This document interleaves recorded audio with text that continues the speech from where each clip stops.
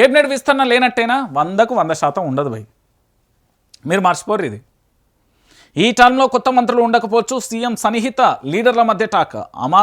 అమాత్య యోగం అటకెక్కినట్టేనా అంటే నిజమే. ఎందుకంటే ఇప్పుడు ప్రస్తుతానికి సంబంధించి తొలగించే ఉద్దేశం రేవంత్ రెడ్డికి లేదు, కొత్తలను పెట్టుకునే ఉద్దేశం కూడా ఆయనకు లేదు. ఎందుకంటే రేవంత్ రెడ్డి ప్రభుత్వానికి సంబంధించి ఇప్పుడు ప్రభుత్వం కొనసాగుతుంది, అయిపోయా.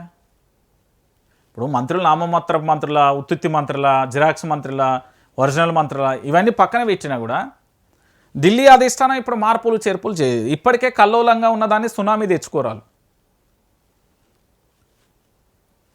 రేవంత్ రెడ్డి మీద ఎన్ని విమర్శలు చేయొచ్చు కాక, రేవంత్ రెడ్డి ప్రభుత్వంలో నుంచి రాజీనామా చేసి వెళ్ళిపోవడానికి సిద్ధపడవచ్చు గాక, కానీ ఇదే రేవంత్ రెడ్డికి సంబంధించి ఇప్పుడు కేబినెట్ విస్తరణ చేయడు అనేది కూడా అంతే విషయం. రాష్ట్రంలో కేబినెట్ విస్తరణ అంశం ఇక అటకెక్కినట్టేనా అనే ప్రచారం జరుగుతుంది. ఇప్పుడున్న పరిస్థితులలో కొత్త మంత్రి అవసరం లేదనే వాదన తెర మీదకి వచ్చింది.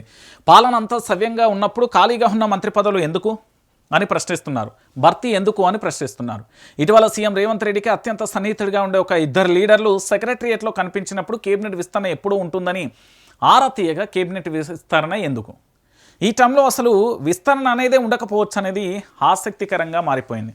ఆ రెండు ఖాళీగానే సీఎం రేవంత్ రెడ్డితో కలుపుకొని 16 మంది మంత్రులు ఉన్నారు. మరో 2 పదవులు మాత్రమే కావాల్సి ఉంటాయి.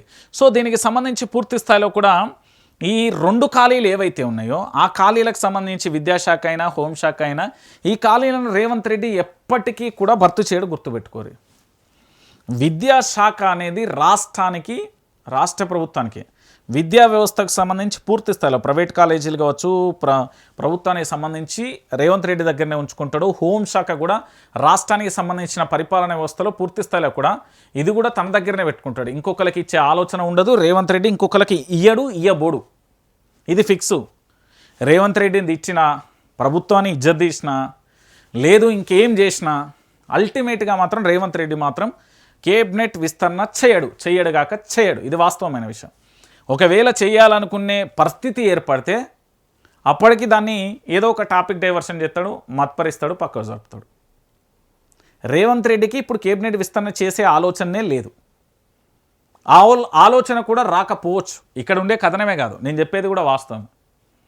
విజయశాంతి తిరగబడ్డా, తెలంగాణలో చాలామంది నేతలు రేవంత్ రెడ్డి మీద తిరగబడ్డా ఆయన రోజు బలంగా ఎట్లా కావాలనే కాన్సెప్ట్లో ఉన్నాడు తప్ప బలహీనంగా ఎట్లా మారాలనే ఆలోచనలో లేడు.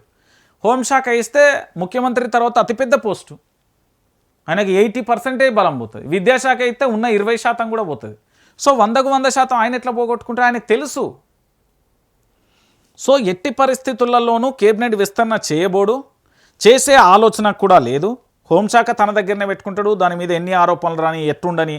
విద్యాశాఖ తన మీదనే పెట్టుకుంటాడు, అది గురుకులాలలో ఫుడ్ పాయిజన్ కానీ ఏం కానీ. నేను అందుకే చెప్పిన, రాజ్యాన్ని మార్చడం ఒకటే కాదు, రాజ్యాన్ని పనిచేయించుకోవాలి మనం. ఇప్పుడు కేసీఆర్ ప్రభుత్వానికి సంబంధించి ఓడగొచ్చి కాంగ్రెస్ని తెచ్చినాం, మార్పు అన్నాం. ఏమొచ్చింది మార్పు? నాకు ఒక 4 చెప్పుర్రి. తెలంగాణ సమాజాన్ని మొత్తం అడుగుతున్నా, నేను కూడా బాధ్యత ఉన్నాయి, అందుకే నేను ప్రశ్నిస్తున్నా.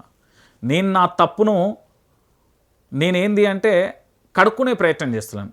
తప్పును తప్పు అనే చెప్తాను. ప్రభుత్వాన్ని కేసీఆర్ ప్రభుత్వాన్ని దించడం వల్ల నష్టం జరుగుతున్నది, కానీ ఆ నష్టం జరగకుండా చూసే ప్రయత్నంలో నేనున్నా.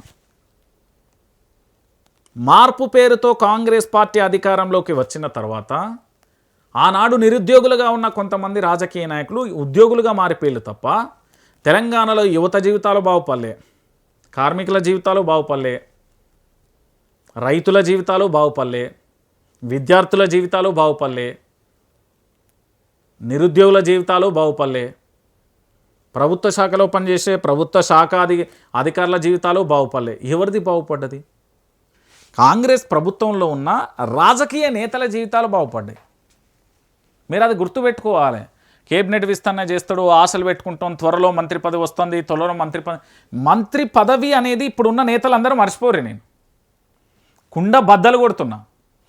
కేబినెట్ విస్తరణ రేవంత్ రెడ్డి చేయడు. ఎందుకు అంటే ఆయనకు ఇష్టమే లేదు. కేబినెట్ విస్తరణ చేస్తే అంశమే లేదు. దీని గురించి నేను ఒక 100 సార్లు ప్రయత్నం చేసిన, ఏది సమాచారాన్ని సేకరించే ప్రయత్నం చేసిన. ఎందుకు అని అన్నారు, డైరెక్ట్ అన్నారు. హోంశాఖ రేవంత్ రెడ్డి దగ్గరనే ఉంటుంది, విద్యాశాఖ ఆయన దగ్గరే ఉంటుంది, మున్సిపల్ శాఖ ఆయన దగ్గర ఆయన రేవంత్ రెడ్డి అయిపోయింది సీఎం, ఆయన దగ్గర రెండు మంత్రి పదవులు ఉంటే తప్పేంది, ఏమవుతుంది, ఏం జరుగుతుంది, ఇప్పుడు ఎవరికి ఇవ్వాలి, అంత క్యాపబిలిటీ ఎవరున్నారు, అంత కెపాసిటీ ఉన్న పర్సన్ ఏమున్నది, మా ప్రభుత్వాన్ని అస్థిరపరచవచ్చు, మా ప్రభుత్వం ఆగంగావచ్చు, మా ప్రభుత్వం మీద ఇప్పటికే వ్యతిరేకత ఉంది, మేము ఎట్లనైనా మా ప్రభుత్వాన్ని మేము కాపాడుకోవాలి, ఇంకొకరికి ఎందుకు ఇవ్వాలి, ఏం చేయాలి, ఏం నష్టం వాటిల్లిందనే కోణంలోనే మాట్లాడుతున్నారు తప్ప మరి కేబినెట్ విస్తరణ చేద్దాం, విద్యాశాఖకు మంత్రి పెడదాం, దాన్ని రివీల్ చేద్దాం, మంచిగా చేద్దాం, హోంశాఖకు సంబంధించి ఇప్పటిదాకా నేను చాలా చెప్పిన స్టోరీ, ఆ అధికారులకు సంబంధించి లంచాలు కానీ విధులకు ఆటంక సన్నిహిత సంబంధాలు, దాంతోపాటు ఏసీపీకి దొరకడం, అన్ని వేధింపులు, అన్నిటికి సంబంధించి దీన్ని చక్క చేద్దామనే ఆలోచన లేదు. నా దగ్గరే ఉంటే నేనే రాజు, నేనే మంత్రి, మీరు నేనే రాజు నేనే మంత్రి సినిమా చూసిరా గంతే.